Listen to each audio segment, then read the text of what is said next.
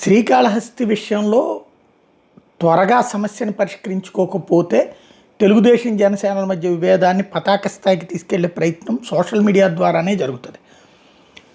Social మీడియాలో control చేయగలిగాం, print control చేయగలిగాం, ఎలక్ట్రానిక్ కంట్రోల్ చేయగలిగాం. కానీ సోషల్ మీడియా కారణంగానే, బికాజ్ అమ్మాయి వినుత మహిళ ప్లస్ ఎడ్యుకేటెడ్, సోషల్ మీడియా మీద మంచి కమాండ్ ఉన్నటువంటి అమ్మాయికి సంబంధించిన టీం స్ట్రాటజీస్ కూడా వ్యూహాత్మకంగానే వేస్తుంది. ఏదైతే సుధీర్ రెడ్డి అంతకంటే గట్టి స్ట్రాటజీ చేసి తను దెబ్బగొట్టగలిగాడు. అది ఇప్పుడు కోలుకున్న తర్వాత అరెస్ట్ అయ్యి జైలుకి వెళ్ళి బయటకు వచ్చాక అకస్మాత్తుగా మొన్న వీడియో రాయుడిది రిలీజ్ చేశారంటే అది ఖచ్చితంగా వినుత వర్గమే చేస్తుంది. వినుతే చేస్తుంది, వినుతాను వాళ్ళ ఆయనే చేస్తారు. అది బయటికి తీసుకొచ్చారు. నెంబర్ 1.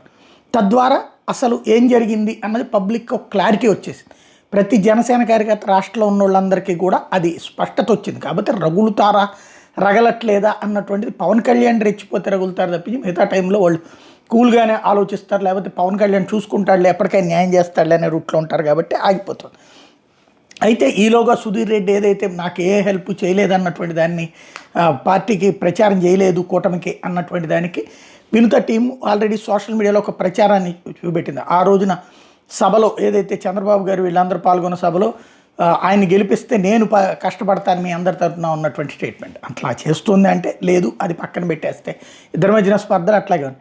మరొకటి, ఈ సుధీర్ వర్గం ఏం ప్రచారంలోకి తీసుకొచ్చింది, అమ్మాయి 20 కోట్లు ఎంత అడిగింది అప్పుడు సుధీర్ రెడ్డి ఎన్నికల్లో పోటీ చేస్తే అడ్డు రాకుండా ఉండటం కోసం అని చెప్పేసి అని మొదట్లో 8 కోట్ల నుంచి ఇప్పుడు 20 కోట్ల దాకా వెళ్ళి, ఇప్పుడు ఆ విషయంలో నరసింహ యాదవ్ ఎవరైతే ఆ రోజున వీళ్ళ ముగ్గురు మధ్యలో మీటింగ్, నరసింహ యాదవ్ అంటే ఇంతకుముందు తొడా చైర్మన్గా కూడా చేశారు, ప్లస్ టీడీపీ అధికార ప్రతినిధిగా ఉన్నారు.